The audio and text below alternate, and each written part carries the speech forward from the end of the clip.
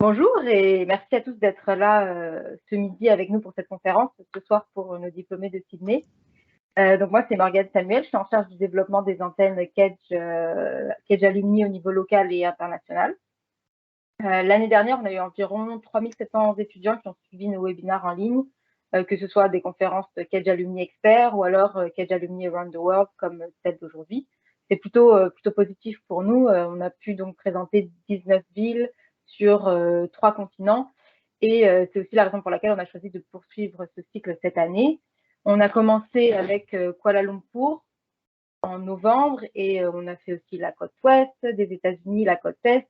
Et aujourd'hui, on est parti super loin. Aujourd'hui, nous sommes à Sydney avec Caroline Lepron, Romain Deranne, Olivier Vogetta et Tariq Haïder, excuse-moi si je le prononce mal, qui sont des Kedgers installés à Sydney et qui ont accepté d'animer cette conférence. Aujourd'hui, on a plus de 56 antennes dans le monde. On en a une douzaine en France. Et donc, on a quand même pas mal de perspectives sympas pour les prochaines conférences. Je remercie Camille de l'association Forum Events qui m'accompagne pour modérer cette visioconférence. Kedge Alumni est vraiment ravie de cette collaboration précieuse et enrichissante avec les associations étudiantes de l'école et notamment donc Forum Events avec nous aujourd'hui. On vous invite bien sûr à nous suivre sur les réseaux sociaux. Donc, je vais vous partager de suite le lien dans le chat. Et puis, un grand merci à tous d'être là. Moi, je vais laisser Camille prendre la main sur le lancement de la conférence. Donc, merci Morgane pour cette introduction et pour ton soutien. Donc, bonjour à tous et merci d'être là avec nous pour cette conférence Vivre et travailler à Sydney. Je vais commencer par une petite présentation. Donc, je suis Camille de l'association Forum Events, la tribune étudiante qui fait rayonner la culture, l'actualité et le débat depuis le campus bordelais de Kedge. Donc, notre association organise des conférences gratuites en collaboration avec des intervenants prestigieux et on publie également de nombreux articles qui analysent et décryptent des sujets d'actualité. Donc aujourd'hui, j'ai le plaisir de modérer cette conférence. Tout d'abord, noter quelques recommandations pour le bon déroulement de ce webinaire. Je vais vous demander de laisser donc vos caméras et micros éteints et de poser vos questions directement dans le chat. Ne vous inquiétez pas, un temps sera consacré aux questions-réponses en fin de conférence. Et sachez que cette conférence durera environ 1h30. Mais avant de commencer, donc, nous tenions à faire un petit focus sur le réseau des diplômés de Kedge. Donc, tout d'abord, il faut savoir que c'est grâce à Kedge Alumni que nous avons pu organiser cette conférence. Donc, beaucoup d'entre vous, étudiants, pensons que le réseau des diplômés se résume à un service réservé en priorité aux diplômés, mais inatteignable en tant qu'étudiant. D'autres pensent que ce service est payant. Eh bien, sachez que tout cela est faux.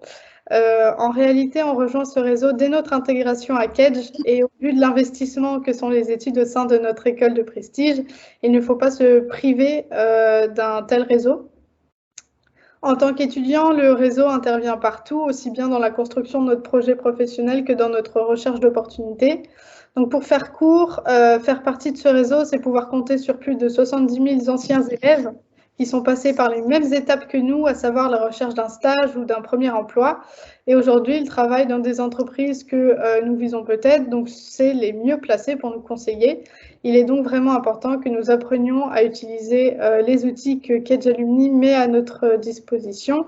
Donc, il y a tout d'abord un annuaire en ligne afin de visualiser qui sont les diplômés de l'école et de potentiellement les contacter s'ils ont renseigné leur adresse mail dans leur profil.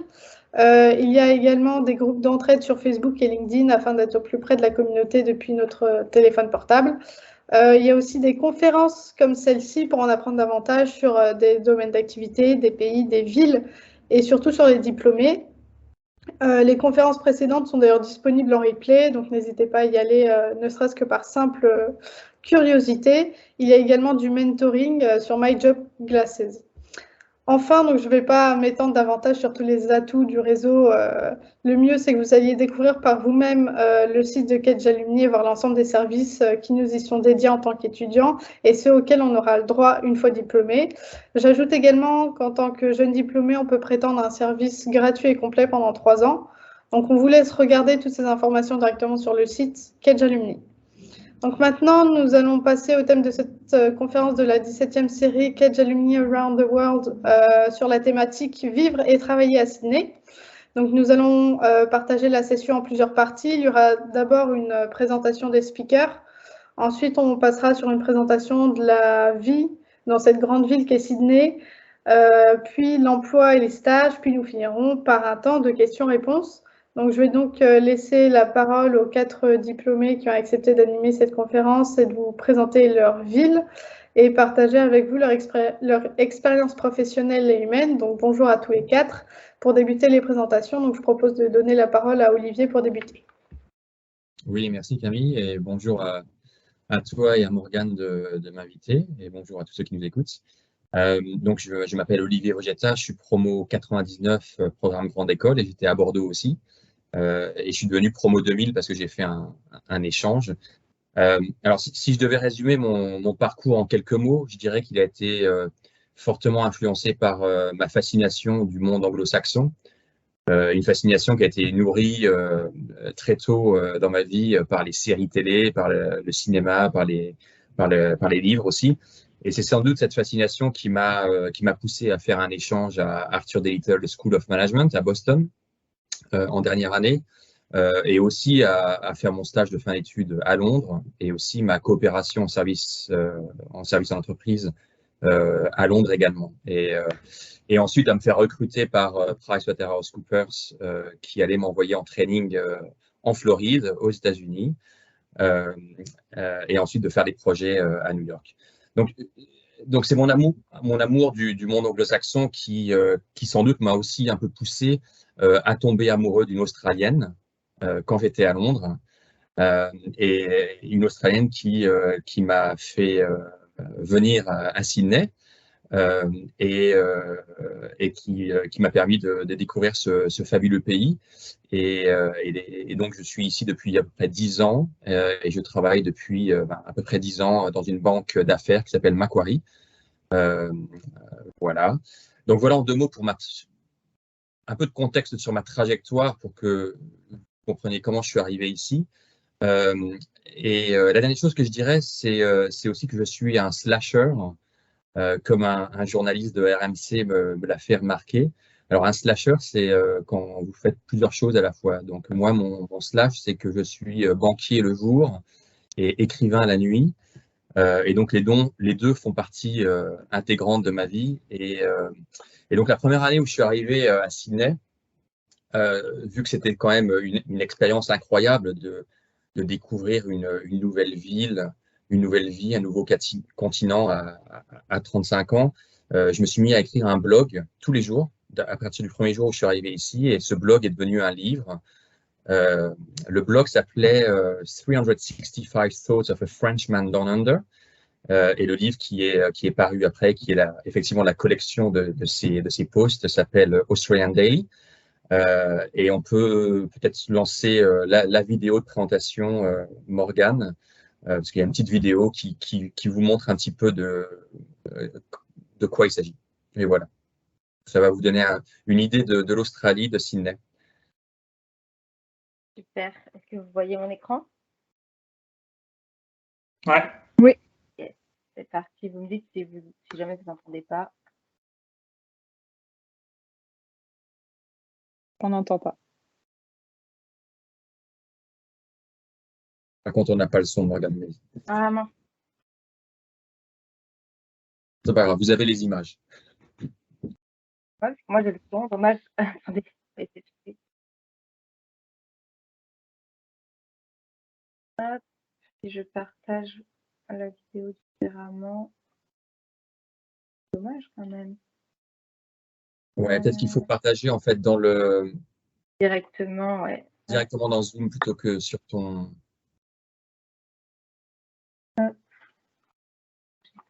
J'ai.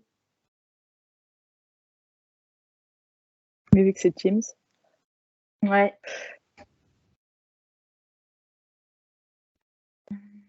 Je fais comme ça.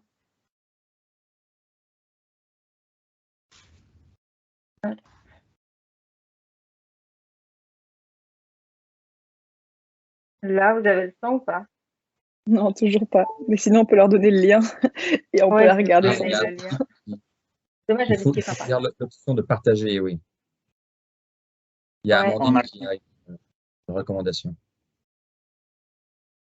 On a quand même les belles images, Olivier, en tout cas. Donc ça, Oui, c'est voilà. finalement, Olivier, c'est les images que toi, tu as capturées au final tout au long de ta première année, c'est ça, en Australie? Exactement. Donc, chaque jour, je prenais une photo et j'écrivais un texte à propos de cette photo ou de ce que ça m'avait inspiré. Ouais, c'était un bon petit projet tous les jours. Comme je découvrais l'Australie, c'était la première fois que je venais et je m'installais là. Donc voilà, j'en ai profité. Ouais. C'était aussi une année où je travaillais pas. Donc, je me suis pris un peu de temps pour moi. Et puis après, il a fallu retourner aux fausses sérieuses quand même. Donc voilà. Et ça, donc du coup, c'était quoi? C'était un blog où tu avais des articles, c'est ça? Ou c'est Ouais, c'est un ça. blog qui existe toujours? C'était un blog sur Facebook. Ok. Donc, c'était un post de journaliste sur Facebook. Ouais. Et je trouve ça super parce que pour ceux qui vivent ici, il y a quand même tous les endroits icônes de Sydney qui sont tous là. Donc, je trouve ça vraiment pas mal. Ouais.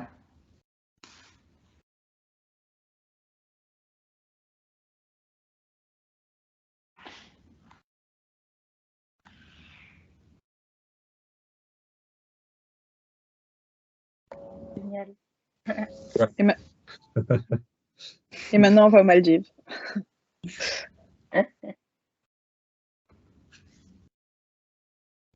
Donc maintenant, oui, si Olivia a fini de se présenter, j'invite le prochain à le faire. Caroline, à toi l'honneur. Caro, oui. Merci les garçons.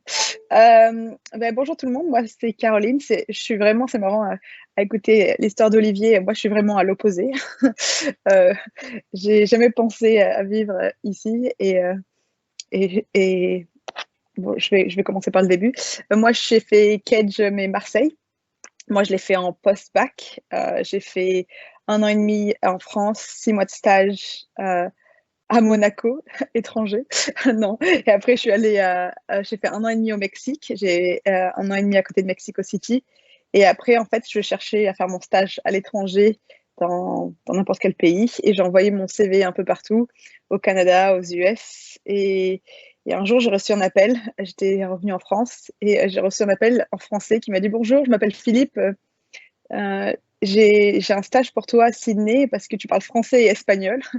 Et est-ce que tu peux être là dans 5 jours ?» Donc, j'étais à Sydney, Philippe. Et pour moi, c'est marrant parce que même Sydney, je ne savais même pas où c'était sur la carte. Donc, pour vous dire à quel point, là maintenant, ça devient, tout le monde veut y aller. C'est quand même assez connu et tout ça. Mais à l'époque, je pense que j'avais vu une fois à l'école l'Australie, mais je ne savais même pas trop où c'était. Donc, finalement, j'ai regardé les billets et 5 jours plus tard, je suis arrivée à Sydney. Sans avoir aucune idée d'où j'allais. Donc, c'était très drôle. Je suis venue faire mon stage de 6 mois. L'avantage, c'est que le stage était non payé, mais par contre, ils nous payaient le logement en maison partagée. Donc, je devais partager ma maison avec un Français, un Allemand et un Espagnol. Donc, c'était vraiment l'auberge espagnole. C'était très drôle.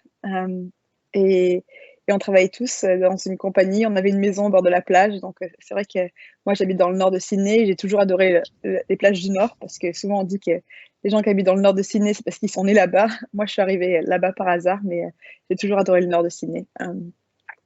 Donc, je suis arrivée, moi, directement pour ma 4e année, mon stage de 4e année. Et je devais rentrer faire mon Master 2 en France. Et finalement, à ce moment-là, je suis tombée amoureuse d'un Australien. Et j'ai décidé de rester et de faire mon Master 2 ici. Finalement, les choses ne sont pas passées comme ça. J'ai raté mon test d'anglais, j'ai dû partir. J'ai dû passer 6 mois à aller... j'ai passé 6 mois entre la France et après, je suis partie 3 mois en backpacker en Asie en sac à dos. Et je suis revenue en ayant enfin mon test d'anglais et j'ai fait mon Master 2 à Sydney, finalement à l'université à Sydney.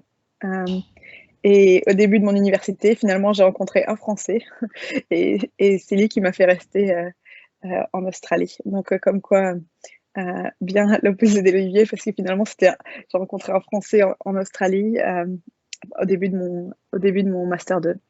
Et moi, ça fait je suis arrivée en 2008 en Australie et je suis promo aussi 2008. Donc, ça fait pas mal longtemps.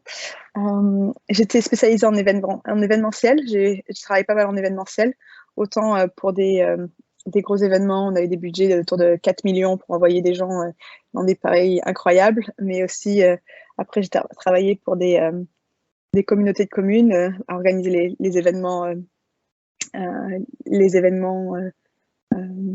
pour les mairies, pour les événements publics, pour les lancements de piscines, des choses comme ça. Et finalement, à chaque fois, c'était, je voulais faire les choses différemment, je voulais faire les choses mieux, je voulais faire les choses, avoir vraiment un impact. Et je me suis rendu compte que les gens n'étaient pas intéressés par rapport à ça. Donc, j'ai décidé de monter pas mal de boîtes. Au début, je voulais juste en monter une. Et finalement, j'ai testé beaucoup de projets. Et certains ont marché mieux que d'autres. Et là, ma boîte actuelle s'appelle Scoutly. Si vous pensez un peu à Airbnb, on est une plateforme similaire à Airbnb. On met en contact des gens des deux côtés, mais nous, c'est des maisons et des voitures de collection. Et de l'autre côté, c'est tous les gens qui créent du content. Ça peut être des producteurs de pub, des producteurs de musique, des producteurs de tout ce qui est content en ligne. Et on les aide à louer autant des piscines pour des pubs en ligne que des salons, autant que ça peut être des marques comme Lego, Huggies, des marques de banque, d'assurance, ou même des marques comme Uber Eats. Donc voilà, c'est ce que je fais. Et moi, j'ai une petite fille de 4 ans, et donc voilà, qui me tient bien occupée avec la boîte. Super. Est-ce que Tariq, tu veux y aller ou je prends la parole? Vas-y, Romain. Allez, je me lance. Merci Caroline.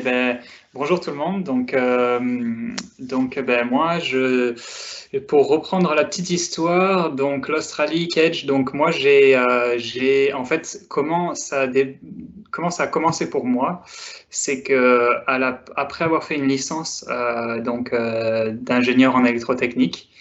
Je suis parti, je voulais partir voyager dans le monde et je suis parti faire un working holiday. Donc pour ceux qui ne savent pas, c'est la possibilité de travailler 1 an en entreprise dans un visa un peu particulier qui nous laisse la possibilité de rester touriste pendant 1 an, mais aussi de pouvoir travailler légalement. Et donc ça, c'était en fin 2009-2010. Donc voilà, en fait, je voulais juste partir voyager. J'avais regardé un peu les choix. L'Australie, ça me semblait vraiment d'être le coin idéal pour voyager un peu à l'aventure, on va dire, en raison du climat et parce que bon, voilà, il y a beaucoup de gens qui font ça, donc il y a pas mal d'infrastructures développées pour pouvoir justement faire ce type de voyage. Pour la faire courte, en fait, donc moi, je suis arrivé à Sydney donc en décembre 2009. Après 2 semaines, j'ai acheté une voiture et je suis parti faire le tour de l'Australie. Je dormais dans ma voiture, donc c'était un van aménagé. Donc à l'arrière, il y avait un lit et donc voilà, j'ai fait tout le tour de l'Australie ça a duré pendant 9 mois. Donc voilà, m'arrêter à des endroits, travailler un peu, à faire des petits jobs, les vendanges, voilà, 2-3 petits jobs différents comme ça sur la route pour pouvoir payer le trajet en fait. Et pendant ce beau voyage, j'ai rencontré pas mal de monde et je voyageais avec d'autres personnes en fait. Bon voilà, comme en tant que backpacker, ça se fait souvent. Donc voilà, pour moi c'est une expérience magnifique et c'est vrai que je suis tombé un peu amoureux du pays et du coup j'avais comme ambition d'essayer de revenir vivre en Australie. Mais pour ça, après une licence en électrotechnique, c'était pas forcément évident. Donc ouais, il fallait que je trouve une autre voie. Et en fait, donc moi j'ai fait à Kedge, j'ai fait un diplôme qui s'appelle ingénieur d'affaires. Donc je sais que c'est beaucoup moins connu, mais c'est sur l'antenne de Toulon. Et donc c'est après, c'était pour tous les gens qui font une licence technique peut avoir à faire un master en fait donc à Kedge, pour faire un diplôme d'ingénieur d'affaires. Donc voilà, moi j'ai fait ça. La première, donc c'est 2 ans de master. La première année de master, je suis parti pendant 6 mois étudier à l'étranger. Là, par contre, j'ai choisi la Lituanie. Donc, il faisait pas forcément chaud comme ici en Australie. Enfin, le climat n'était pas forcément le même, ni les paysages. Mais là, quand j'avais vu le choix de ce qu'il y avait, en fait, je m'étais dit, je sais pas trop où c'est la Lituanie. En plus, je sais pas si j'irai en vacances. Donc, je me suis dit, allez, c'est une raison pour partir à l'aventure. Et du coup, c'est comme ça que j'ai choisi la Lituanie. C'était une très belle expérience d'ailleurs. J'ai adoré. Moi qui viens du sud-est, en fait, au final, j'ai pu avoir la neige pendant pas mal de mois. Enfin, c'était une bonne expérience aussi. Mais voilà, donc ça c'était ma première année de Kedge.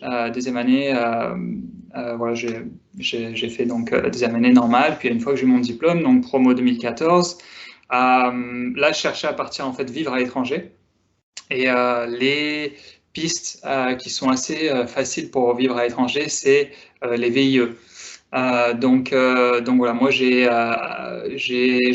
en fait, je voulais partir dans un pays anglophone. Et donc j'étais assez ouvert, même pas forcément anglophone, mais voilà, j'étais assez ouvert. Et voilà, j'ai eu cette opportunité pour venir travailler en Australie parce que c'était une boîte qui devait développer un nouveau produit, une nouvelle gamme de produits, et ils avaient besoin de quelqu'un qui avait un background technique. Et comme j'avais moi ce background technique, plus cette expérience déjà où j'avais déjà fait le tour d'Australie, j'avais vécu pendant un an en Australie, du coup, j'étais le profil idéal pour justement faire le VIE. Donc voilà, donc je suis arrivé en Australie je suis retourné en Australie en août 2016. Et à partir de là, j'ai fait 2 ans de VIE. Donc dans cette boîte-là. Et puis ensuite, bah, j'ai aussi rencontré ma partenaire ici en Australie et ça m'a motivé. Ça m'a motivé aussi de rester Mais ici. elle n'est pas australienne, c'est ça? Non, en Australie. Alors en Chacun, Australie, c'est ça qui est chacun génial. chez Ouais, exactement. Mais je pense que, et ça on y reviendra sans doute, je pense, après, mais c'est ça qui est très intéressant. C'est une ville très multiculturelle d'Australie et voilà. Donc oui, donc voilà, j'ai trouvé ma copine et j'ai souhaité rester. Donc voilà, ça fait maintenant 6 ans que j'y suis. Et puis là maintenant, je travaille pour une boîte australienne qui vend des drones. Donc voilà, ça c'est mon parcours. Je vais laisser la parole à Tariq maintenant. Bonsoir ou plutôt bonjour. Donc je m'appelle Tariq Akider. Mon histoire, c'est un petit peu le mélange d'Olivier, de Caro, de Romain. Donc moi, je suis né, j'ai grandi au Maroc. Donc je suis arrivé en France après le bac. J'ai fait une licence d'éco et j'ai fait les admissions parallèles pour entrer à ce qui s'appelait à l'époque BEM, donc Kedge Bordeaux. J'ai fait 1 an, donc je suis rentré en 2e année directement du programme Grande École. J'ai fait 1 an, puis je suis allé en échange, puis j'ai fait ma césure en stage chez HSBC. Et je suis allé en échange dans le Kentucky, donc je suis un peu fasciné comme Olivier par le monde anglo-saxon, les films américains, donc tout ça. Et donc j'ai fait 6 mois dans le Kentucky, je suis revenu faire mon stage fin d'études. Et après, je suis rentré à Paris, j'ai fait 3 ans chez Natixis sur les opérations sur titre. Et après 3 ans, j'étais naturalisé français et j'ai tout plaqué pour aller voyager. Donc j'ai quitté mon CDI et je suis allé voyager 6 mois en Asie. J'ai rencontré beaucoup de backpackers qui venaient d'Australie, qui faisaient donc le PVT, le Working Holiday Visa. Et donc moi, j'avais 30 ans, bientôt 31, et le Working Holiday Visa à l'époque, c'était jusqu'à 31 ans. Maintenant, c'est passé à 35 ans. Et je me suis dit, bah, maintenant, j'ai un passeport français, bah, je vais aller faire 1 an. Il n'y a rien qui m'attend en France, je vais aller faire un an à Sydney, en Australie. Je devais rester 3 mois à Sydney, puis aller à Melbourne, parce qu'apparemment, Melbourne, tout le monde me dit, ouais, c'est mieux, c'est plus l'Europe, il y a plus de culture. Ben, j'ai fait qu'un week-end à Melbourne en 6 ans en Australie, au final. Et il fait froid en plus, l'hiver. Donc, après, j'ai rencontré, donc, qui est devenue ma fiancée, donc une Australienne. Donc voilà, j'étais parti pour 1 an et je suis resté pendant, là, ça fait depuis fin 2016. Donc, ça fait 5 ans et des brouettes. Et voilà, en gros, c'était ça, mon parcours assez concis. Voilà. Cool. Et je travaille là depuis 2019, je bosse pour une boîte américaine dans la gestion de portefeuille qui s'appelle Massachusetts Financial Service. Donc super, maintenant qu'on vous connaît tous un petit peu mieux, donc on aimerait en savoir plus aussi donc, sur la qualité de vie et les loisirs à Sydney. Donc Caroline, si vous voulez bien commencer. Ouais, pas de souci. J'étais juste en train de marquer. Ouais, moi aussi, j'étais venue pour 6 mois et ça fait 13 ans. Donc, attention, si vous venez en Australie, ça peut être dangereux de venir faire un stage ou un VIE ou quoi que ce soit. On ne sait jamais. Et après, les parents, ils sont pas très contents parce que il n'y a pas beaucoup de destinations qui sont aussi loin. Mais c'est vrai que le problème, quand on va en parler maintenant, c'est que quand on arrive à Sydney, on se rend compte de la qualité de vie qui est assez incroyable. En fait, on peut vivre au bord de l'eau, quoi. Il y a beaucoup de plages qui sont vraiment proches du centre-ville de Sydney ou de Melbourne. Je ne connais pas particulièrement bien Melbourne, je suis allée que pour certains week-ends, mais peut-être que certains ont vécu plus de temps là-bas. Mais c'est vrai qu'à Sydney, on a l'avantage d'avoir la grande ville où il y a toutes les activités qui se passent, plus tous les gens peuvent vivre, pour ceux qui veulent, ils peuvent vivre pas loin de la plage, donc ça fait une super qualité de vie, surtout quand on aime autant surfer, kitesurfer, faire des palmas tuba. C'est vraiment très joli. En plus, le climat est extrêmement bon, quoi, normalement. Depuis qu'on vient de se prendre des mois de pluie, c'est pas normalement comme ça. Et certaines années, on se prend des mois de pluie, certaines années, on s'est pris des mois de feu. Bon, c'est le changement climatique, mais sinon, normalement, on a quand même un climat assez incroyable, une vie qui est vraiment bien. Les salaires sont assez élevés en général. Je pense que certains pour en parler plus que moi, parce que quand on monte sa boîte, c'est complètement différent. mais quand on travaille surtout dans les banques ou quoi que ce soit, j'en suis sûre qu'ils pourront parler un peu plus des salaires et la différence des salaires entre l'Europe, les États-Unis et ici. Ce que disait aussi Romain, il y a énormément de gens qui sont venus en stage ou en backpacker ou en PVT. Donc, il y a beaucoup de groupes, autant sur Facebook pour partager des logements. Ici, c'est très commun. En France, je trouve moins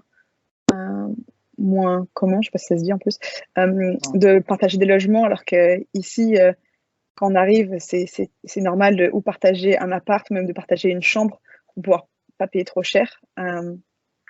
Les loyers ont pas mal changé grâce à Covid. Je pense qu'ils ont pas mal diminué autour des universités parce qu'il n'y avait plus beaucoup d'étudiants parce qu'on pouvait plus, parce que pendant Covid, l'Australie avait fermé ses frontières, donc on n'autorisait plus la personne de rentrer. Donc il y avait pas mal de logements qui étaient vides, donc les prix ont un peu chuté. Mais sinon, en général, la vie est assez chère et les transports en commun sont assez chers. Donc après, c'est important, surtout pour ceux qui vont venir en stage, de réfléchir un peu à où c'est qu'ils veulent vivre par rapport à leur travail. Bien sûr, je recommande des plages, surtout quand on peut aller, par exemple, si on vit à Manly, on peut aller au boulot en ferry. Je pense qu'il n'y a rien de plus incroyable. Mais c'est vrai que, par exemple, même le ferry, maintenant, avant, il ne coûtait pas très cher. Maintenant, ça coûte assez cher. Donc après, c'est toute une question de prix et de temps. Donc voilà, ça c'est le début par rapport. Et je laisse les autres rajouter sur la vie à Sydney.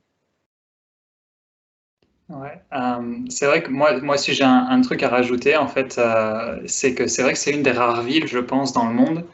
Bon, j'ai pas encore fait tout le tour du monde, mais je pense que c'est une des rares villes dans le monde, en fait, où il y a le centre-ville, où il y a toutes les grosses tours, qui sont à vraiment, littéralement, je pense, une demi-heure des plages. Donc ça, c'est vraiment un gros avantage, parce que en général, toutes les grosses villes sont assez éloignées des plages. Donc là, on peut vraiment vivre entre les deux, par exemple, à 15 minutes si on travaille dans le centre-ville, par exemple, à 15 minutes entre le centre-ville et la plage. Et les plages, bon voilà, les plages australiennes sont super connues, voilà, elles sont très jolies. Donc ouais, je pense que ça, c'est vraiment quelque chose qui fait la grosse différence ici en Australie par rapport à tout le reste, tous les autres pays. Mais bon, vous nous direz si vous connaissez d'autres pays d'ailleurs qui ont cette. En tout cas, moi, j'en ai pas en tête. Ouais, il y a Rio en fait. C'est deux villes qui sont construites autour d'une baie. Donc effectivement, quand on est dans le CBD, donc dans le quartier financier de Sydney, on voit l'océan partout, quoi. Parce que c'est quasiment comme une presqu'île. Donc ça, effectivement, visuellement, c'est très beau et ça permet de faire des belles balades le temps du déjeuner, de voir l'eau, etc. Donc c'est vrai que de ce point de vue-là, c'est une qualité de vie. C'est urbain, mais la nature est omniprésente. Donc ça, c'est vrai que c'est un truc assez bluffant. C'est vrai que quand je suis arrivé à Sydney première fois, donc je pense que ça m'a pris 2 semaines pour tomber amoureux de la ville. Le côté urbain, gros, ça me fascinait toujours. Il y avait le jet lag aussi, oui. Les grosses tours, moi, ça me fascinait toujours. Donc, ça me rappelait un petit peu la Défense pour le côté financier, business et tout. Et juste à côté, tu as des parcs, tu as les plages accessibles par ferry, par bus, en voiture, même à pied. Ça dépend si on aime bien marcher. Mais c'est vrai que c'est quand même fascinant. Et la qualité de vie, la météo, à part cette année, est quand même c'est un gros bouquet pour vraiment avoir une qualité de vie assez exceptionnelle. Donc voilà, ça m'a pris 2 semaines. Je me dis, c'est vraiment la ville où je voulais vivre, même si j'étais venu pour seulement 1 an. Il y a des questions sur le chat. Est-ce qu'on peut y répondre ou on laisse à la fin ou comment ça se passe?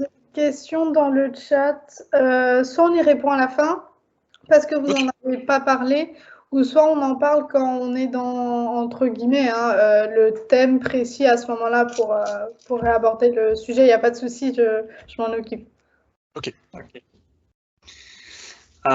Moi, une autre petite chose que je voulais rajouter, juste pour donner, en fait, enfin, en tout cas, moi, c'est l'image, quand les gens me demandent, en fait, comment est la vie en Australie, à Sydney, j'aime bien raconter cette petite anecdote, en fait, qui m'est arrivée et qui, je pense, représente bien la différence de la qualité de vie par rapport à la France. Moi, je me rappelle au tout début, donc je louais, quand je suis arrivé en VIE, je louais un bureau à la Chambre de commerce française australienne, donc c'est vraiment dans le centre de Sydney, du CBD. Et je me rappelle un soir, je sortais du bureau et puis je marchais dans la rue, puis je vois les gens qui faisaient la queue en fait sur le bord de la route, mais genre vraiment la queue quoi, bien organisée. Et puis je me dis, mais c'est étrange, quoi. Je voyais pas pourquoi ils faisaient la queue, parce qu'il n'y avait pas, il y avait pas forcément de magasin ou quoi que ce soit. Et puis là, j'ai vu un bus arriver. Et donc, en fait, les gens faisaient la queue super bien organisée, les uns après les autres, pour prendre le bus. Et en fait, ça m'a donné le sourire, parce que je me suis dit, en fait, voilà, je pense que ça représente comment les choses fonctionnent un peu en Australie. En fait, les gens sont super respectueux et organisés. Et c'est juste un exemple que je me rappellerai toujours, en fait, qui m'a un peu choqué. Mais je pense que ça représente, en tout cas pour moi, ça représente un peu la différence et la qualité de vie. En fait, en Australie, c'est tout ce genre de petites choses, en fait, qui font que ça améliore la qualité de vie au quotidien. C'est des petites choses, mais qui, au final, qui rendent la vie plus agréable, quoi. Voilà, c'est une petite anecdote que je voulais partager aussi. C'est spécifique. Je voulais rajouter aussi quelque chose par rapport à ça que je viens de penser. C'est vrai qu'aussi, au niveau, surtout en étant une femme, il n'y a aucun problème d'insécurité. Donc ça, je pense que c'est aussi vachement important. On peut se balader à n'importe quelle heure, à n'importe quel endroit. J'ai jamais eu l'impression... Bon, c'est sûr qu'avant, je vivais au Mexique, donc c'est sûr que c'est assez différent. Mais bon, au Mexique...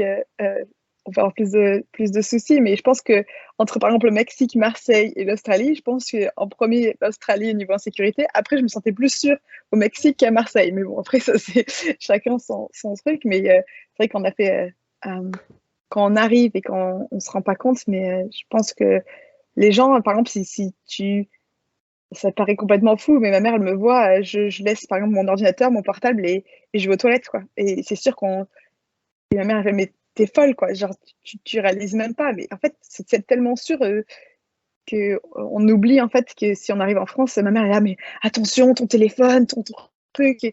Alors qu'ici, tu vas jamais penser que tu pourrais te faire arracher ton téléphone en marchant ou que tu pourrais avoir ton ordinateur volé à un endroit. Et c'est sûr que c'est que quand on rentre en France qu'on on repense que ça existe, quoi, parce que ici, il y a marqué, quand on arrive au supermarché, il y a des panneaux, il y a marqué, s'il vous plaît, est-ce que vous pouvez fermer votre voiture à clé? Parce que les gens, ils ont tellement l'habitude de laisser leur voiture ouverte, quoi, parce que les gens, ils vont surfer. Quand je suis arrivée en Australie, ça m'a tué, ça. Les gens, ils posaient leurs serviettes, leur portable et leurs clés, et ils allaient surfer. Et la voiture était garée juste à côté.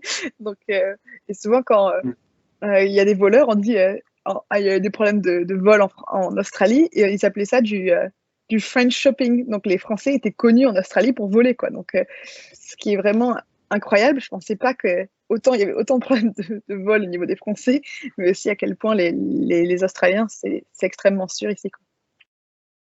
Ouais, et je seconde totalement ton expérience. C'est vrai que moi, c'est aussi une des choses qui m'a choqué, c'est vraiment de voir les gens qui laissent leur téléphone sur les serviettes à la plage. Voilà, vraiment, tu sens qu'il n'y a pas de, ils sont tranquilles, alors que tu vois au début, ça fait vraiment bizarre par rapport à l'habitude qu'on a en France. Mais je voudrais quand même dire que ça existe. Il y a quand même des vols. Moi, ça m'est arrivé 2 fois depuis que je suis là. C'était pas des Australiens. Ouais.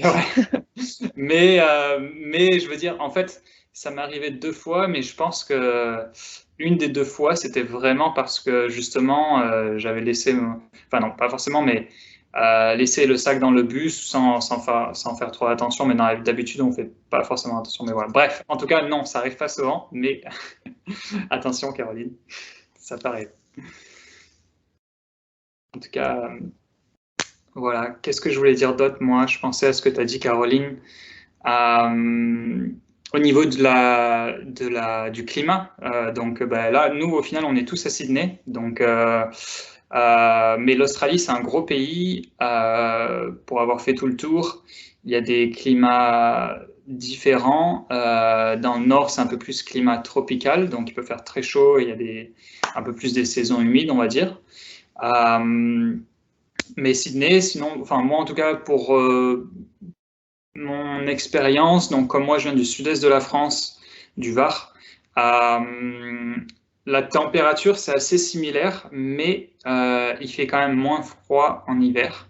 Voilà, on peut se balader avec un petit blouson, mais c'est pas en hiver, c'est pas forcément aussi froid, on va dire, qu'en France. Donc ouais, ça c'est mon expérience. Je sais pas si vous je sais pas si vous avez vécu, Olivier, je sais pas si tu avais vécu un peu dans un autre endroit en Australie. Je suis à Gold Coast maintenant, donc je suis dans le Queensland. Ouais. Et je fais la navette. Je travaille à Sydney, mais je vis à Gold Coast. Et ici, l'océan est plus chaud. Hein. Donc ici, Okay. Moi, c'est plus mon truc. Donc la température de l'océan à 24-25, c'est plus mon truc, comme la Méditerranée.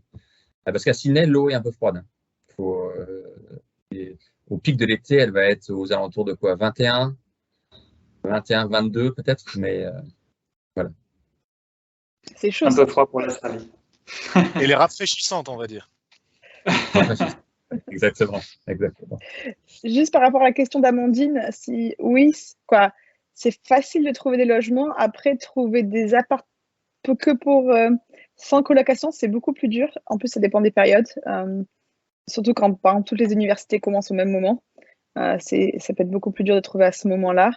Les prix moyens, ce qui est intéressant en Australie, c'est qu'on paye tout à la semaine, ou en tout cas, surtout pour les petits loyers comme ça, ou quoi, les petits loyers, les loyers où on loue que pour 6 mois, c'est souvent on paye à la semaine ou on paye toutes les 2 semaines et le prix est toujours annoncé à la semaine. Donc, surtout qu'on arrive en tant que Français, on est là, ah, mais c'est pas cher. Et en fait, on réalise que c'est le prix de la semaine.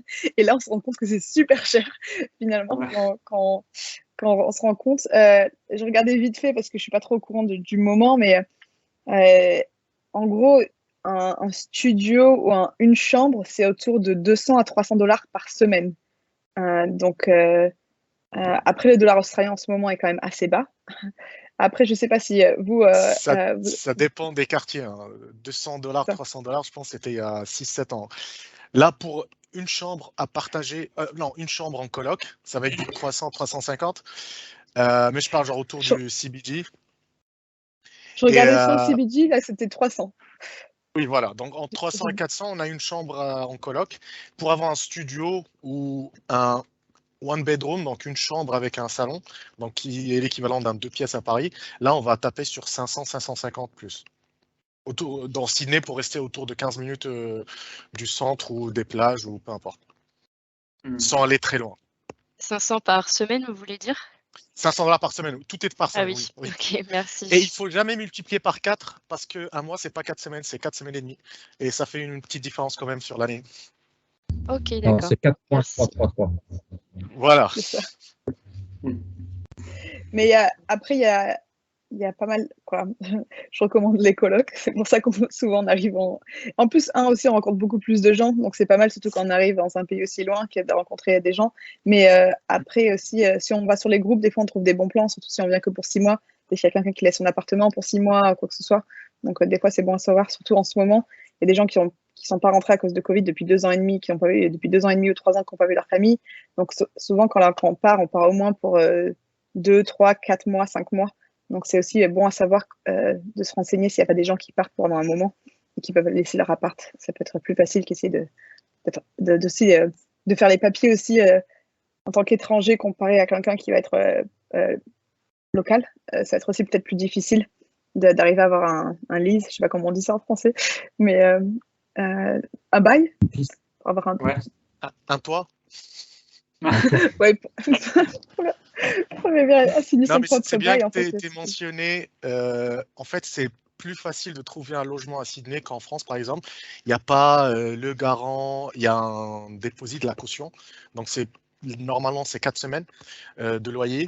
Et il n'y a pas faut avoir un travail pendant 6 mois, il faut valider sa période d'essai, ça peut jouer si on passe par une agence, donc il faut remplir des critères.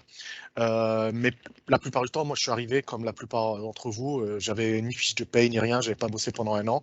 Et tu trouves en coloc, et c'est en fait la personne qui gère toute la coloc qui, elle, s'occupe, et en fait, tu payes la personne. Il n'y a pas de contrat, tu peux faire signer un truc au cas où il y a un souci. C'est pour ça qu'il y a eu beaucoup de soucis avec les backpackers, où j'ai fait un trou dans le mur, comment je vais m'en sortir, est-ce qu'il va récupérer la caution? Non, on va dire que la caution, c'est le truc principal, et après, on paye à la semaine, ou toutes les 2 semaines, ça dépend. Et donc, on n'a pas besoin de beaucoup de papiers pour trouver un logement. Donc, sur place, au bout d'1 semaine, moi, j'ai pu trouver une coloc. Ça dépend de ton budget, de où tu veux te situer. Donc, il n'y a pas le côté administratif très lourd français où il faut le garant, même si tu as des fiches de paye, un contrat. Donc, ça, c'est un truc qui attire beaucoup les gens. Donc, ils viennent sur place, ils restent 1 semaine en backpack ou 2 semaines, et après, ils trouvent une coloc. Et tu peux changer toutes les 3 semaines, 3 mois, 2 mois, ça dépend de tes plans. Il n'y a pas de contrainte, en fait, du moment que tu n'as pas signé un vrai contrat. Et c'est assez secure, assez safe de le faire. Tout le monde le fait, en fait. Sa question, c'était sans coloc. Donc, c'était pour ça que je disais que c'était plus compliqué, parce que la question de Amandine, c'était de trouver des appartements sans coloc. Je sais pas, j'ai jamais essayé. En tout cas, j'ai jamais essayé au début quand je suis arrivée en Australie. Sans coloc, c'est plus difficile. Moi, quand je suis arrivé, j'ai cherché un appartement à Pyrmont, donc qui est vraiment tout près du CBD. On peut marcher jusqu'au centre financier. Et ils demandaient des bulletins de salaire, ils demandaient pas mal de garanties financières. Donc le système australien quand même est assez un peu à l'anglo-saxonne, hein, donc c'est quand même assez pragmatique. Donc c'est pas basé sur des on dit, je vous promets que ou j'ai ce potentiel là. Non, c'est les chiffres et les papiers qui comptent. Il faut quand même, je pense, clarifier ça. Ouais.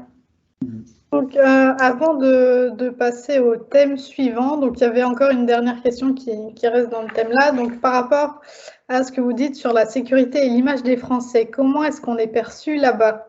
C'est quand même important. Je pense que déjà, les gens adorent notre accent, donc ça, c'est un plus 2. C'est vrai que ça dépend. Moi, en tout cas, même après 13 ans, j'ai un accent à couper du couteau, alors que bon, je pense que ça ne changera jamais, hélas. Certains, ils passent très... Mais au début, en fait, il y a beaucoup d'immigration d'Asie, et on va dire que je pense qu'on est beaucoup plus favorisé, ou on est beaucoup plus apprécié, parce qu'en fait... Ça change, c'est un peu, c'est complètement raciste ce que je dis, mais je ne veux pas l'être, mais c'est vrai qu'en général, les Français sont très appréciés. Après, c'est sûr que quand il y avait eu des problèmes de vol, ça c'est pas particulièrement par rapport quand on va chercher un boulot, on va pas penser que tu es un voleur. C'est plus quand quelqu'un rentre dans un supermarché ou quand quelqu'un fait quelque chose, c'est plus à ce moment-là, quoi. Mais je pense que, en tout cas, je pense que les Français sont bien appréciés. Ouais. Vas-y, Ouais, Romain. je pense pareil que toi. Je pense que, enfin, le friend shopping, j'ai entendu ce terme aussi. Je pense que c'est plus par rapport à peut-être au backpacker, tu vois. Mais en général, après, moi, je me suis jamais, genre, je me suis jamais senti catégorisé. Ah ben tiens, c'est un Français, c'est un voleur ou quoi que ce soit. Ouais, non, moi, ça m'est jamais. Et même quand j'étais backpacker, j'ai pas forcément senti ça. Mais oui, je connais le terme. Mais voilà. Sinon, après, en général, je te rejoins, Caroline. C'est vrai que l'accent français, ils aiment bien. Européen, voilà, c'est intéressant pour eux. C'est à la fois proche mais différent. Donc ouais, moi c'est que des bonnes expériences. J'ai jamais eu d'expérience négative ici. Voilà. Je pense qu'au niveau du travail, ils connaissent pas trop le système français, le système des grandes écoles. Ils connaissent pas trop la valeur de nos diplômes. Et moi, donc, quand j'ai rejoint la banque pour laquelle je travaille, donc il y a à peu près 10 ans, j'étais le premier Français dans une équipe qui comptait 15 personnes environ, une équipe globale. Et puis comme ça s'est pas trop mal passé, en fait, et qu'on cherchait du monde, donc il y avait un peu les compétences, et que c'était dur de trouver des compétences en Australie, ils m'ont demandé, tiens, voilà, est-ce que tu connais du monde, etc. Et donc ils ont commencé à rechercher des gens, ils ont fait venir des gens de Paris, des Français, et donc finalement on est devenu au pic 5 Français dans l'équipe sur à peu près 25. Donc on avait un petit clan français, donc je pense que les Australiens connaissent pas très bien finalement voilà, ce qu'on peut apporter, nos diplômes. Ils vont connaître les Français qui travaillent dans les restaurants, les chefs, mais pas trop. Dans le monde de l'entreprise, pas énormément. Je vais rajouter, donc en fait, il y a deux trucs différents. Donc le travail qualifié, où là, les Français sont beaucoup appréciés, parce que, comme Olivier a précisé, donc ils connaissent pas en fait nos compétences, surtout en termes d'école d'ingénieurs, où ils embauchent beaucoup de Français. Ils aiment bien les IT, tout ce qui est ou construction aussi, ingénieur génie civil.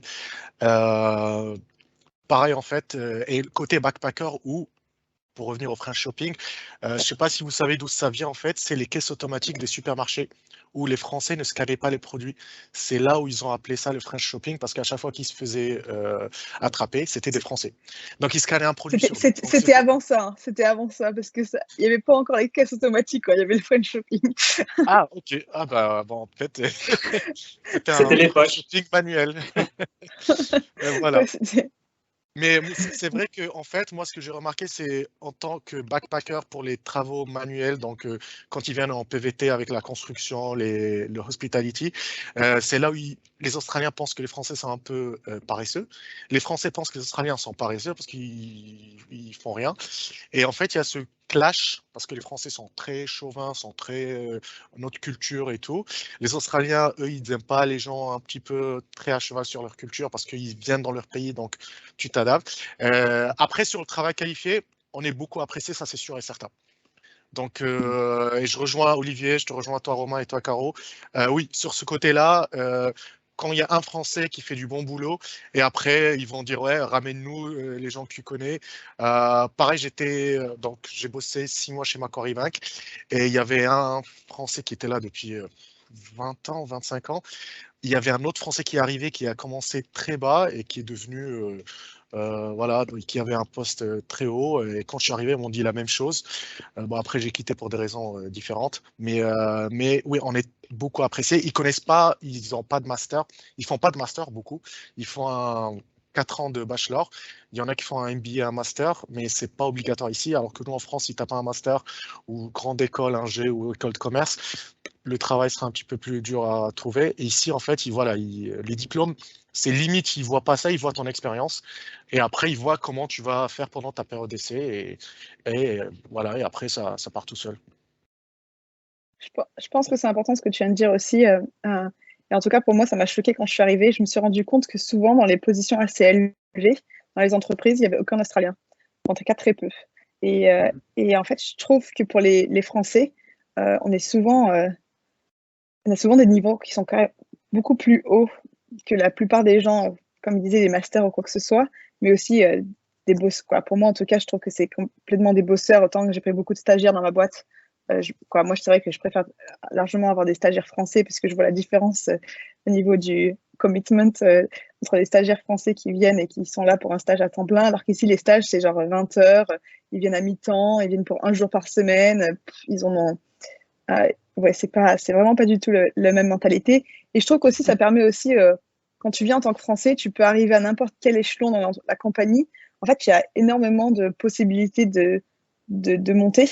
Et je trouve que c'est un peu le rêve à l'américaine, quoi. Pour moi, je sais que j'ai voulu vivre à San Diego pendant longtemps et quand je suis arrivée à Sydney, je me suis rendu compte qu'ici, tu pouvais monter ta boîte et réussir. Tu peux rentrer dans une compagnie et réussir. T'es pas, pour moi, j'ai l'impression, je sais pas, je n'ai jamais travaillé en France. Donc après, je parle sans connaître, mais j'ai l'impression qu'en France, tu es assez bloqué à différents niveaux, alors que j'ai l'impression qu'ici, il y a beaucoup plus de possibilités de réussite plus rapide. Mais bon, peut-être que je me trompe aussi. Donc, je suis désolée, il faut que je vous coupe un petit peu, sinon on va manquer de temps et on va pas pouvoir faire tout ce qu'on aimerait faire. Donc, avant de passer au prochain thème, donc l'emploi, les stages et l'économie, effectivement, Tariq, donc on voulait commencer avec vous. Et avant ça, du coup, il y a une question dans le chat, comme ça on fait d'une pierre deux coups. Donc, c'est du coup une question de Clément qui demandait, donc le secteur de la finance l'intéresse beaucoup. Et dans son prochain voyage pendant 6 mois, durant sa 2e année de Kedge Bachelor en 2023, il aimerait savoir quelles ont été les démarches pour y parvenir. Pour parvenir à quoi en fait? Je suppose un stage dans le secteur de la finance. Ok, bah c'est le thème là, c'est le stage. Donc j'ai fait quelques recherches, j'ai demandé à des amis qui sont spécialisés qui ont des chaînes qui conseillent les étudiants. Alors la culture du stage en Australie n'existe pas. En fait, si on voit quelqu'un qui est à l'université qui va venir travailler, il va avoir un contrat de travail. Il ne va pas avoir un contrat stagiaire.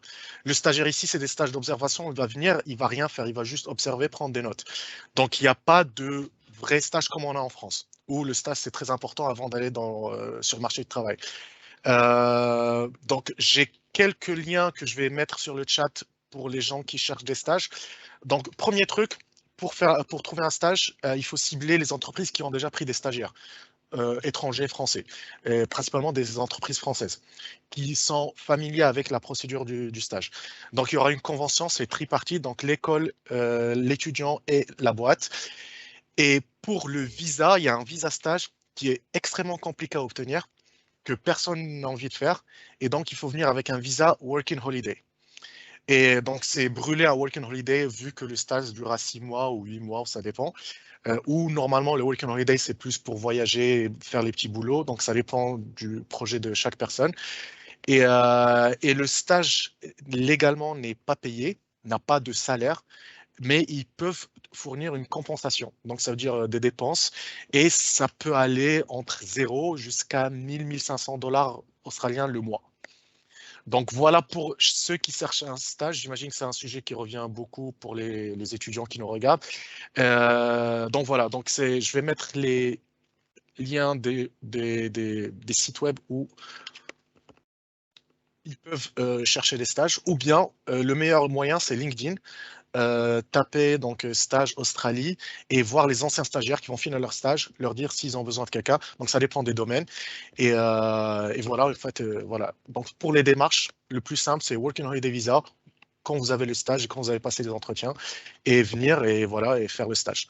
Et donc pas de rémunération.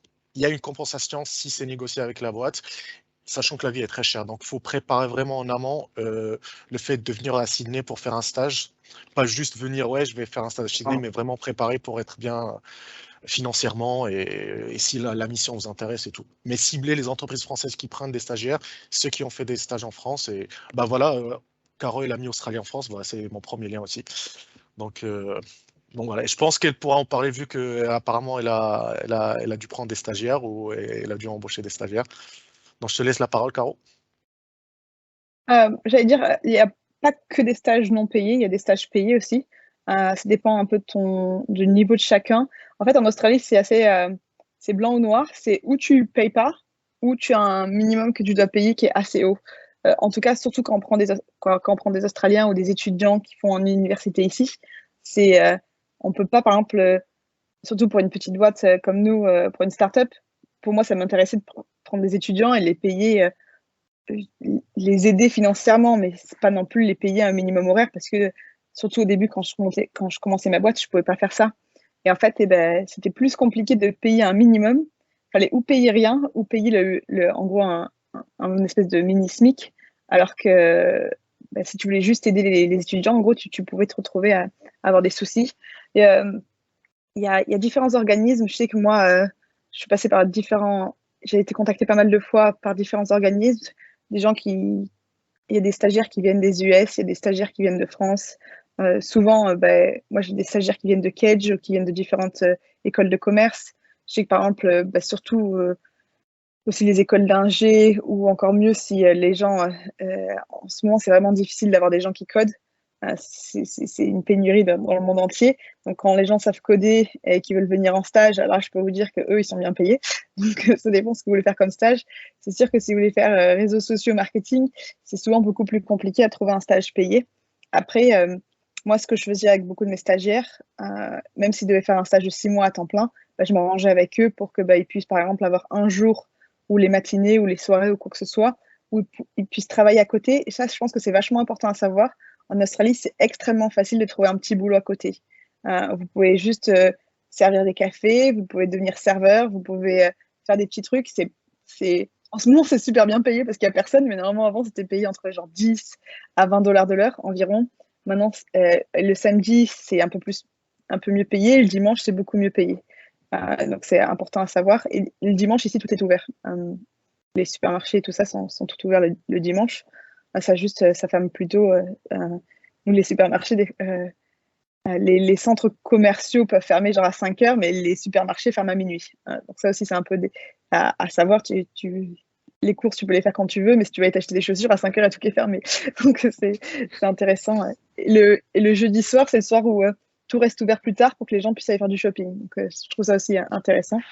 Je sais pas si ça existe en France, parce que je pense que dans tous les cas, c'est ouvert en France assez tard. Mais ouais, pour les stagiaires, je recommanderais ou d'essayer de se faire payer, ou aussi d'essayer de trouver un stage qui est assez flexible. Au moins, on peut travailler un peu à côté pour pouvoir payer ses factures et pouvoir s'en sortir, quoi. Ou sinon, travailler en France avant de venir pour pouvoir savoir que la vie est quand même assez chère et ne pas se retrouver en galère en arrivant ici. Parce que quand on est loin d'un coup et qu'on n'a plus d'argent, si on ne peut pas avoir du soutien de sa famille ou quoi que ce soit, c'est compliqué. Mais c'est facile, en 3 jours, on peut trouver un boulot. Ouais, moi je pense, mon expérience, c'est que j'étais à Londres et j'avais un bon boulot et j'ai plaqué. Je suis arrivé ici sans avoir de boulot. Et j'ai trouvé que le fait d'aller prendre des cafés avec les gens ici, c'était facile de rencontrer du monde. Et tous les gens allaient donner leur temps pour aller prendre un café. Et il n'y avait aucune promesse ni rien, mais il n'y avait pas de problème d'accès, que ce soit avec les Français ou les non-Français ici. Et c'est comme ça que finalement, tu arrives à avoir des leads sur place. Alors que peut-être que quand tu connais pas l'Australie, que tu n'es jamais allé en Australie et que tu cherches un stage depuis chez toi à Paris ou à Bordeaux ou à Marseille ou à Toulon, je sais pas, peut-être que c'est plus sûr, effectivement, si jamais tu as le stage, mais est-ce que c'est le mieux que tu aurais pu avoir ici? Je sais pas, quoi. Donc, je sais qu'il y a une contrainte financière, mais si c'était à refaire, je ferais ça, quoi. Je viendrais ici, je me donnerais 3 mois, voilà, j'ai un budget pour vivre 3 mois sans boulot, et puis je vais faire des connexions, je vais voir ce qui est possible. C'est aussi une possibilité, donc. Ouais, je te rejoins aussi, Olivier, là-dessus. C'est vrai que ici, inviter les gens à boire des cafés, c'est une culture déjà le café ici, je pense, en Australie. Euh, c'est aussi un point qu'on n'a pas encore mentionné, mais du coup, c'est Le très prix du café facile. aussi. Et le prix du café, mais attention, ça reste. Après, c'est du flat white, cappuccino, mocha.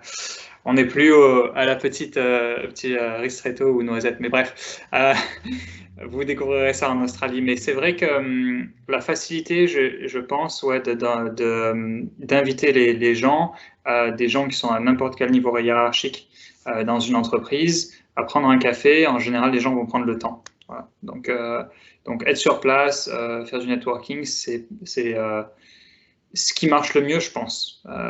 Ouais, je te rejoins là-dessus, Olivier. Je suis d'accord avec toi. Donc, on a aussi du coup une question toujours sur les stages. C'était quels sont les avantages d'un VIE par rapport au stage? Ah, je me sens concerné. Euh, Bah, l'argent, non? ouais. Ouais, oui, oui, c'est. Alors, ben, justement, bon, ben, on reprend le point, donc, entre guillemets, ben, le VIE, alors ça peut, en général, moi je sais que par exemple, je l'ai eu dans mon cas avant de partir, ce qui était plus facile, puisqu'ils nous payent le trajet, donc, au début, le logement quand on arrive en Australie, donc voilà, c'est toujours plus simple d'avoir un VIE avant de partir. On peut aussi, il y a des boîtes qui cherchent des VIE pour des gens qui sont déjà en Australie. Donc moi, je pense que oui, quand on est en VIE, on a un salaire en fait qui est fixe. C'est-à-dire que toutes les personnes en VIE dans le pays vont avoir le même salaire. Donc toutes les personnes en Australie vont avoir le même salaire. Les personnes en Thaïlande vont avoir un certain salaire. Voilà, ça fonctionne comme ça en VIE. Donc il y a un salaire qui est dont on ne paye pas d'impôts ni en Australie ni en France. Donc ouais, c'est plutôt cool. Donc ça, je dirais que c'est vraiment le point de différence. Après, il me semble que le stage, normalement, ça se fait quand pendant notre parcours scolaire, alors que le VIE, il me semble que c'est minimum 1 an. Je ne sais pas s'il y a des VIE de 6 mois, j'avoue, je ne me rappelle pas, mais donc voilà, donc je ne sais pas si on peut étudier et faire le VIE en même temps. Je pense pas. Je pense que c'est plus quelque chose post. Une fois qu'on a le diplôme, je pense que ce serait plus ça pour moi la différence. Ouais, c'est 18 mois en fait. Enfin, le VIE, en fait, c'est l'évolution, c'est comment le service, le CSNE, donc le service civil national de l'entreprise, a évolué. Donc moi, j'avais fait un CSNE quand le service militaire était encore obligatoire. Et après, ils l'ont changé en VIE. Donc c'est 18 mois, effectivement, c'est full-time. Et c'est une fois que tu as ton diplôme. Ouais. Alors moi, c'était 12 mois et après, c'était à la base 12 mois le contrat. Et après, ils m'ont renouvelé pour une deuxième année. Mais oui, je pense que c'est ça. Après, avoir un VIE en Australie, c'était en 2016. C'était pas évident. Moi, je sais que j'ai bien mis une année à envoyer des candidatures à droite à gauche, et voilà, parce que j'avais ce profil particulier qui cherchait. Mais j'ai pas trouvé ça facile. Voilà, d'avoir cette chance-là, c'est une chance, mais j'ai pas trouvé ça non plus facile. Donc, je sais pas aujourd'hui, après la crise Covid, s'il y a plus d'opportunités. Parce qu'il y a beaucoup, en fait, pourquoi je dis ça? Parce qu'il y a beaucoup d'étrangers qui sont rentrés dans leur pays pendant la crise Covid. Quand je dis étrangers, je parle des gens qui avaient des visas, mais qui n'étaient pas forcément résidents permanents ou citoyens australiens, parce que une fois que le visa était terminé, souvent il y avait moins de jobs, comme de partout dans le monde, et donc il y a il y a des visas qui sont par exemple sponsorisés, donc des gens qui peuvent rester en Australie parce qu'ils travaillent dans une boîte australienne, mais si leur contrat se termine, ils doivent rentrer en France.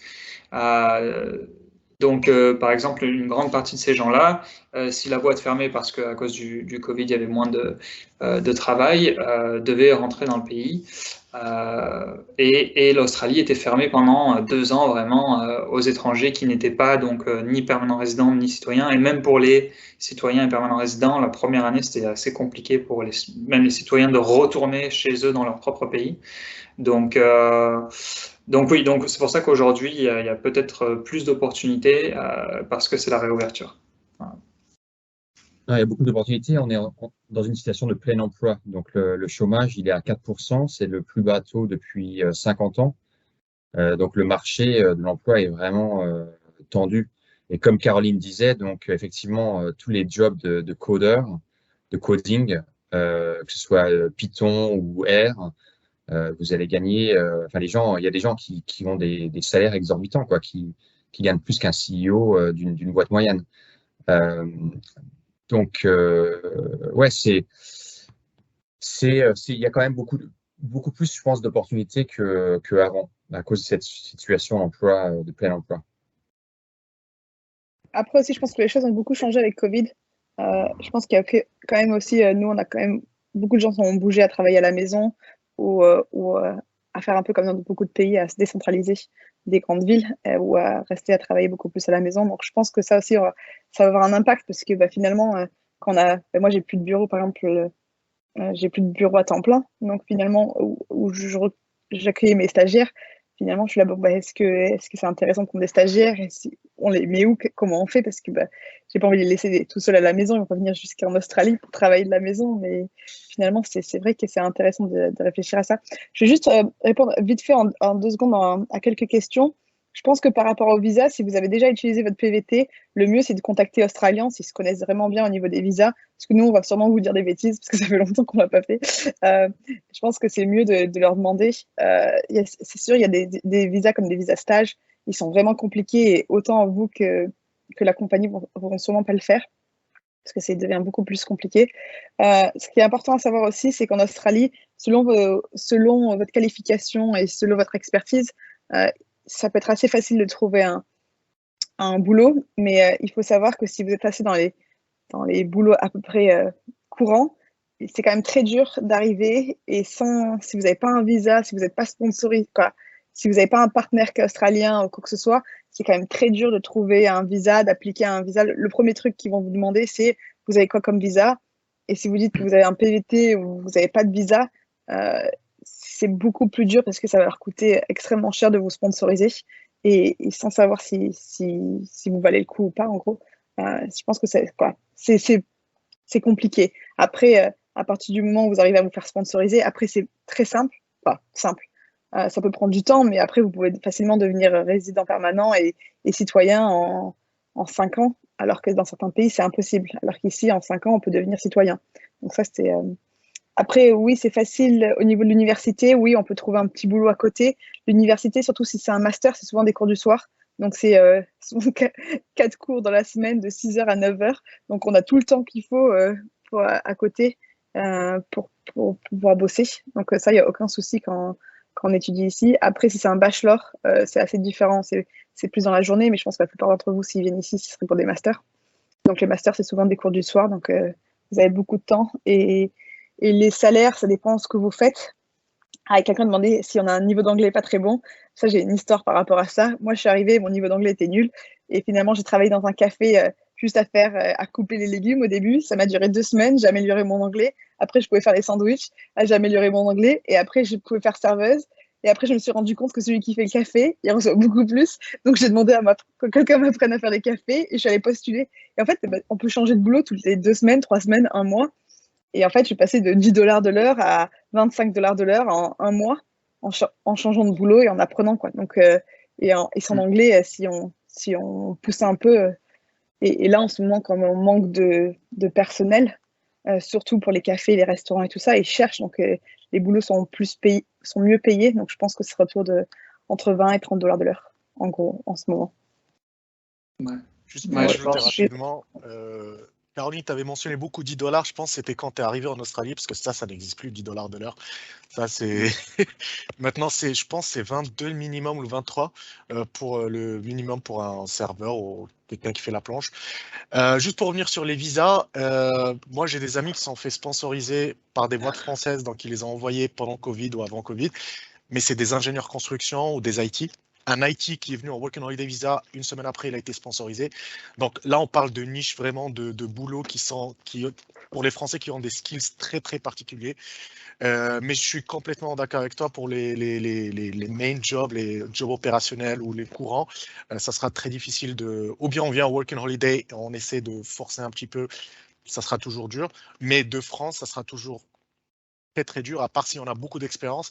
Et là, on passe sur des visas qui sont des skilled visas à point. Et là, il faut avoir beaucoup d'expérience, un skill qui est très très avancé. Et ça, c'est un autre type de visa. Donc pour ceux qui n'ont pas fait le Working Holiday Visa, ils peuvent toujours venir en Working Holiday Visa. Et ils peuvent peut-être trouver ou un Australien ou une Australienne ou un sponsor. Il y a aussi le Student Visa qu'on n'a pas mentionné, mais il est un petit peu handicapant. Avant Covid, donc c'était limité à 20 heures de travail par semaine. Ils l'ont passé à 40 heures pendant Covid. Je ne sais pas jusqu'à quel mois ils vont le laisser à 40 heures. 20 heures, c'est très peu quand on est student avec les frais qu'on a à payer pour le visa étudiant. Et je ne sais pas si les gens qui sortent d'école veulent toujours faire un student. Il y a une option que beaucoup de personnes font. Ils choisissent cette option. Moi, ce n'était pas mon cas. Je pense que c'était le cas de personne, mais... donc voilà, sur les visas, Working Holiday, ça serait le truc le plus simple, parce que tout le monde a le droit à ce visa jusqu'à 35 ans. Le sponsor de France, c'est un peu plus dur, sauf si on a une compétence particulière. Le stage, donc il faut vraiment démarcher comme le site web qu'a envoyé Caro, les liens que j'ai envoyés pour démarcher les entreprises et essayer de venir sur place. Et peut-être le stage débouchera sur un sponsor, ça dépendra des skills. Et il y a en fait un truc à préciser, il y a une liste d'immigration, liste de métiers que l'immigration change tous les ans, tous les 2 ans peut-être. Et en fait, il y a des métiers qui disparaissent de la liste, donc forcément, il n'y a plus de sponsors sur ce métier. Il y a des métiers qui reviennent. Là, avec Covid, ils se sont rendus compte qu'il y a des métiers qu'ils ont enlevés, dont ils ont besoin, parce qu'il y a un gros manque d'effectifs. Et voilà, et ça change. Il faut vraiment aller sur le site du gouvernement pour voir la liste des métiers, pour voir nos spécialités. Surtout en sortant d'école de commerce, on n'a pas un poste précis. C'est comme les ingénieurs, c'est un ingénieur génie civil, ingénieur IT, il y a un métier. Moi, je ne peux pas dire c'est quoi mon métier. Je travaille dans la finance et voilà. Est-ce que je suis analyste ou je suis reporting ou je suis... Donc, il y a des trucs qui sont un petit peu plutôt vagues sur leur liste. Mais voilà, j'invite les gens à aller voir cette liste qui change assez souvent. Et ça va leur donner une idée de ce qui est en tension, les métiers qui sont en tension et ceux qui ne sont pas. Je pense que aussi quelque chose qu'on n'a pas mentionné, que je ne pensais par rapport à la question de Timothée là. En fait, souvent les gens travaillent dans les champs parce que pour un Working Holiday Visa, si vous voulez l'étendre à une deuxième, et je crois que maintenant, je ne sais pas si c'est vrai, mais je crois qu'il y a une 3e année possible, il faut faire un minimum. Si on fait 6 mois sur la 2e année, donc il faut faire 3 mois, 88 jours la première année, 6 mois la 2e année quand on a obtenu la 2e année, et après tu as la 3e année où tu fais ce que tu veux. Donc, en gros, là, pourquoi tu vas travailler dans les champs, c'est souvent juste pour avoir une 2e ou une 3e année de visa. C'est parce que souvent, tu es tombé amoureux de l'Australie, tu ne veux pas partir et tu es prêt à faire n'importe quoi. Mais souvent, la vie à ramasser des pommes ou ramasser plein de choses, c'est quand même assez dur, c'est compliqué et c'est souvent pas au bord de la plage. Donc, c'est pas... Peut-être qu'ils certains vont mieux payés à ramasser les cerises, mais ramasser les cerises, ça va être beaucoup plus dur. C'est peut-être pendant un certain temps, mais tu vas peut-être être un peu moins payé à faire des cafés à Sydney, mais tu n'auras pas la même vie. Donc je pense qu'aussi, c'est pas lesquels sont plus intéressants, c'est plus qu'est-ce que tu veux faire toi et pourquoi. Parce que si c'est pour avoir ton 2e visa, si c'est pour avoir de l'argent, si c'est pour vivre à Sydney, si c'est pour vivre en Australie. Donc je pense que ça, c'est important à savoir, quoi. Ouais, je suis d'accord avec toi. Je pense que ouais, il y a backpacker, donc si tu veux visiter, voyager un peu autour de l'Australie, donc là tu trouveras des petits jobs de partout. Comme tu l'as dit, pas forcément à côté des plages, mais tu trouveras des petits jobs qui te permettront de payer ton voyage. Maintenant, si tu veux venir en Australie et le but c'est voilà, de trouver un boulot et de vivre ici en Australie, les gens vont plus rester focus à travailler dans la ville et à essayer de justement trouver des opportunités, travailler en ville juste pour pouvoir payer leur vie de tous les jours et en parallèle développer leur réseau et leur connexion pour pouvoir trouver un job dans leur domaine. Au niveau de l'anglais, je pense qu'il faut quand même, et comme tu as dit Caroline, je pense qu'il y a pas mal de... Si on veut travailler à un certain niveau, il faut quand même avoir un bon niveau d'anglais. L'accent, c'est jamais un problème. Il y a tous les accents en Australie, il y a beaucoup d'immigration, donc c'est jamais un problème. Mais ouais, pouvoir communiquer normalement et comprendre, ça c'est important. Mais voilà, si on travaille dans les cafés, comme tu l'as dit, après quelques mois, en général, ça vient vite. En faisant de la coloc avec des étrangers, ça vient assez vite. Qu'est-ce que je voulais dire d'autre? Sinon, je regardais un peu les autres secteurs d'activité. On a fait un petit tour.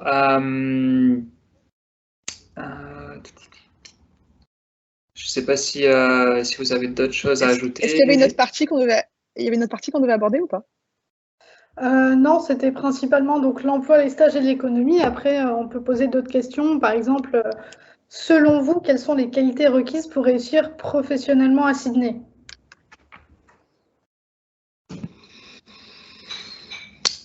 Faut en vouloir.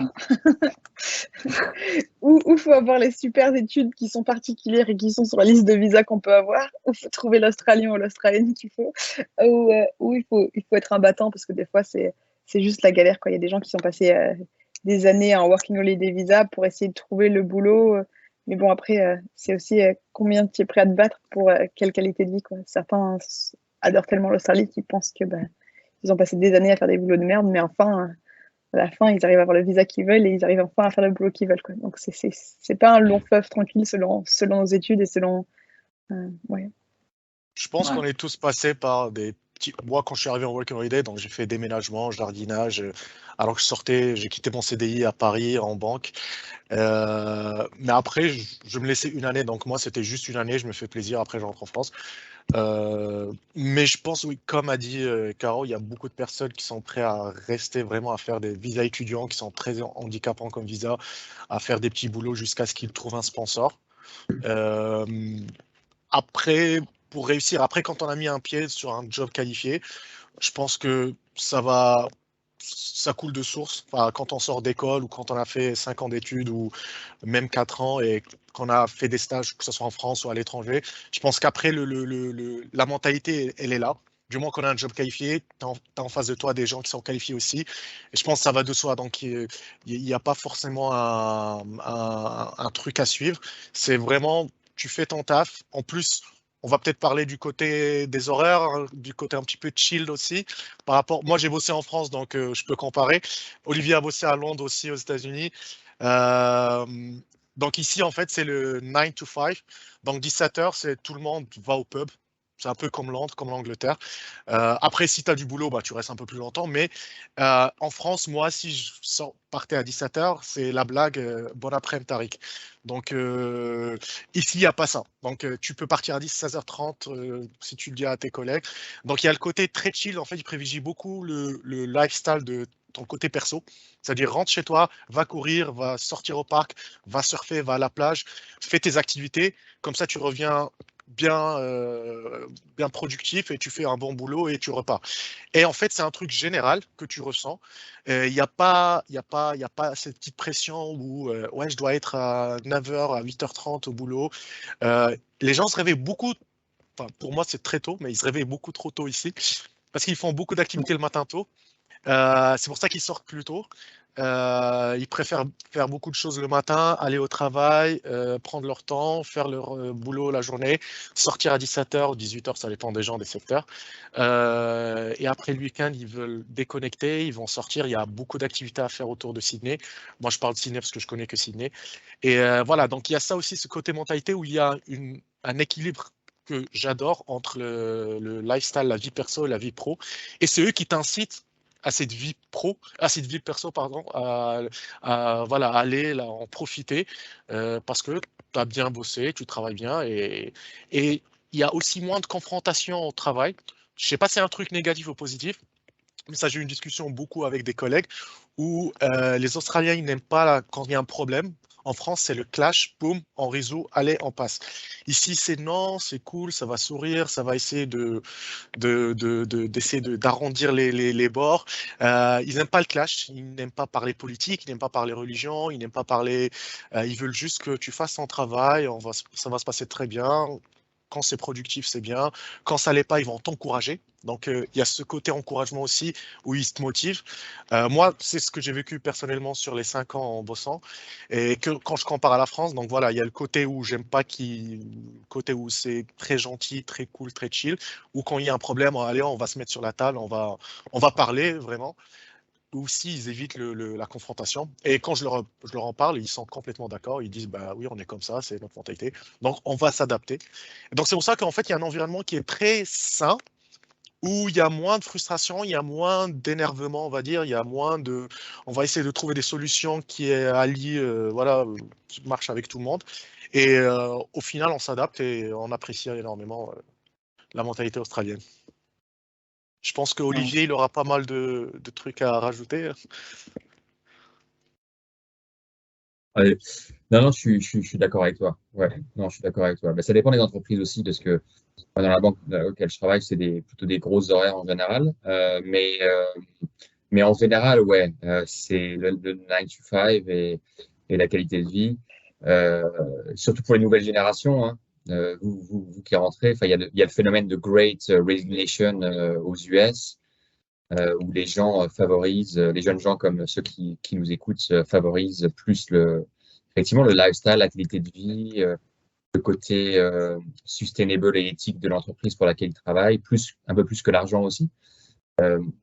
Donc ça contribue à la flexibilité que les entreprises sont prêtes à offrir à leurs employés. Et le staff well-being, c'est un vrai sujet qui est discuté un peu tout le temps, quoi. C'est en permanence. Après, je sais qu'il y a beaucoup de gens qui nous écoutent qui sont intéressés par comment trouver un stage, un boulot, etc. Moi, je parle peut-être s'il y a d'autres personnes en fait qui sont peut-être pas à ce stade-là, mais un peu plus âgées. Ou moi, qui suis papa de 2 petites filles, il y a une chose qui est exceptionnelle maintenant ici, c'est qu'il y a, en tant que père, on a le droit à 12 semaines. Enfin, nous, ça voit 12 semaines de congés payés. Pour ma 2e petite fille qui est née il y a 3 ans, j'ai eu ça, donc 3 semaines de congés payés, alors qu'il y a 8 ans, quand j'ai eu mon aîné, j'avais eu droit à 5 jours de congés payés. Donc, ça a vraiment évolué et c'est pour la mère ou pour le père.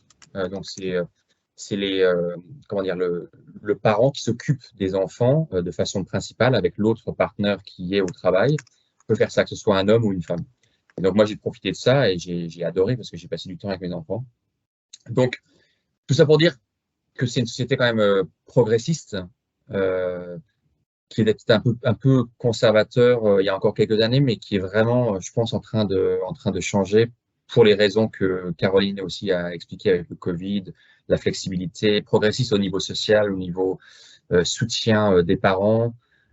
Donc, au final, c'est quand même une société ouais, accueillante, sécuritaire. Il faut bosser comme partout, donc c'est toujours la routine aussi. Il faut bosser, il faut se lever le matin, etc. Mais l'environnement est quand même pas mal, quoi. Sans être biaisé, je pense que donc si vous avez une opportunité ici et par exemple aux US et que vous hésitez, j'aurais du mal à décider pour vous, quoi. Voilà, c'est le mot de la fin de mon côté. Ouais, moi, je reviendrai juste sur une chose, là, je pense la différenciation, et ça rejoint ce que tu viens de dire aussi, c'est que, et ce que Tariq disait aussi, c'est-à-dire que le rythme de vie est plus chill, entre guillemets, le 9 to 5. Et donc, c'est vrai qu'en étant français ou peut-être européen en général, on a plus, nous, une habitude à faire beaucoup d'heures. Et ça, les entreprises le savent. Et c'est pour ça qu'ils vont favoriser parfois à prendre des Français ou des Européens parce qu'ils savent que justement on est des bosseurs, entre guillemets, par rapport où les Australiens, pour eux, c'est normal, c'est la normalité, entre guillemets, et donc ils forcent pas forcément, voilà. Donc on a cette image en général de bosseur et c'est un avantage pour nous. Après, voilà, il faut prouver. Voilà. Comme les écoles européennes sont pas forcément connues, donc ce sera plus sur les expériences et après à prouver voilà, ce dont on est capable. Donc voilà, c'est pas un long fleuve tranquille si vous souhaitez immigrer en Australie. Mais si vous le voulez, il y a une opportunité qui existe quand même. Et donc voilà, avec la qualité de vie qui est plutôt agréable. Mais n'oubliez pas que pour rentrer voir votre famille ou vos amis, vous les verrez peut-être moins souvent. Et c'est ce qui, dans le long terme, je pense, peut-être vous manquera parce que voilà, les transports. Alors, je sais que Qantas prévoit d'ici 2025, c'est nouveau, d'avoir un vol direct. Pour l'instant, ils vont commencer un vol direct entre Sydney et Londres, et Sydney est une ville aux États-Unis. Donc, il serait à peu près 20 heures de vol. Mais voilà, 20 heures, ça sera le vol le plus court. Donc voilà, c'est à prendre aussi à considération pour ceux qui veulent peut-être s'expatrier. Si vous êtes habitué ou si vous avez besoin de vivre proche de votre famille, c'est une des difficultés, je pense aussi, le fait de vivre ici en Australie, d'être à l'autre bout du monde. Donc, ça peut être dur voilà. de rater des événements importants aussi, comme des naissances, des mariages. Et des fois, quand les personnes ne vont pas bien, des fois, on monte dans l'avion, on n'est pas sûr d'arriver à temps. Hein. Donc ça, c'est aussi dur de se dire qu'il y a entre 24 et 30 heures de voyage. Et pour peu, si quelqu'un ne va pas bien, on n'est pas sûr d'arriver à temps. Quoi. Donc ça aussi, ça peut être très dur. C'est des trucs qu'on ne pense pas particulièrement. Mais, et surtout, au niveau du Covid, là, on n'avait plus le droit de sortir pour pouvoir rentrer voir sa famille. Ça aussi, c'était la première fois où, en gros, pour moi, ça fait très longtemps que j'étais ici et j'avais jamais pensé à ça, qu'on puisse m'interdire de rentrer voir ma famille. Quoi. Ce qui a changé, c'est qu'il y a beaucoup de personnes qui sont rentrées définitivement et qui ne voulaient plus rester en Australie. Donc, ils ont changé complètement leur vie et ils ont dit, c'est bon, je rentre, ça fait 10 ans, 5 ans, 20 ans. Et ils ont pris le choix de rentrer définitivement en France ou en Europe. Enfin, ça dépend où ils habitent, pour être proche de leur famille. C'est vrai que la distance, c'est le truc, le plus gros inconvénient, c'est la distance. Parce que la qualité de vie, elle est vraiment très, très bien. Mais la distance, c'est quelque chose qui peut être très, très handicapant. Mais les deux vont ensemble. Hein. Si l'Australie n'était pas aussi loin, c'est vrai. Je pense que la qualité de vie serait moindre. On aurait les mêmes densités de population qu'en Europe, avec les mêmes problèmes sécuritaires, les mêmes trucs que théorie. C'est exactement ça, oui. Donc vu que c'est une île, ils contrôlent beaucoup leurs frontières parce que c'est simple de contrôler la frontière australienne. C'est pour ça que pendant Covid, ils ont tout fermé et c'est impossible de venir en Australie, sauf si tu es un grand nageur. Bon courage, mais je pense que ça aide beaucoup. La densité, comme on a parlé, 25 millions sur je ne sais pas combien de kilomètres carrés, et ça fait qu'on peut garder cette qualité de vie et en profiter. Donc, ceux qui ont la chance de pouvoir y venir, venez, c'est vraiment très bien. Ceux qui ont la chance de pouvoir y rester, restez-y si vous voulez, mais on vit bien en Australie. C'est important de savoir qu'il y a 25 millions d'habitants et la taille du pays, c'est 14 fois la France. Donc je pense qu'aussi, c'est juste pour se donner une idée de la taille du pays, parce que des fois les gens se disent « Ah ouais, mais Melbourne, c'est pas loin. » Oui, c'est pas loin. On se rend pas compte. Oui, et après, allez-y, et après on termine. Il y a des questions auxquelles on doit répondre, qu'on a raté peut-être justement, donc là, le temps est quasiment voire écoulé. Du coup, ce que je vous propose, si vous voulez bien, c'est mettre peut-être vos LinkedIn ou vos contacts ou votre mail dans le chat. Comme ça, s'il y en a d'autres qui veulent encore, peut-être demain, qui auront d'autres questions, mais qui n'ont pas pensé sur le moment, pourront peut-être vous contacter ou des questions un peu plus perso pour chacun. Donc, Morgane l'a fait, donc c'est tout bon. En tout cas, voilà, donc le temps d'échange, malheureusement, est terminé. Je suis désolée. En tout cas, c'était très, très sympathique. On a pu en apprendre énormément. En tout cas, clairement, vous avez donné envie d'aller vivre à Sydney, on ne va pas se mentir. Moi, là, demain, on me propose et j'y vais. Voilà. En tout cas, merci beaucoup à vous quatre. Merci à ceux qui étaient là aujourd'hui. Et du coup, pour conclure la conférence, je vais laisser le mot de fin à Morgane.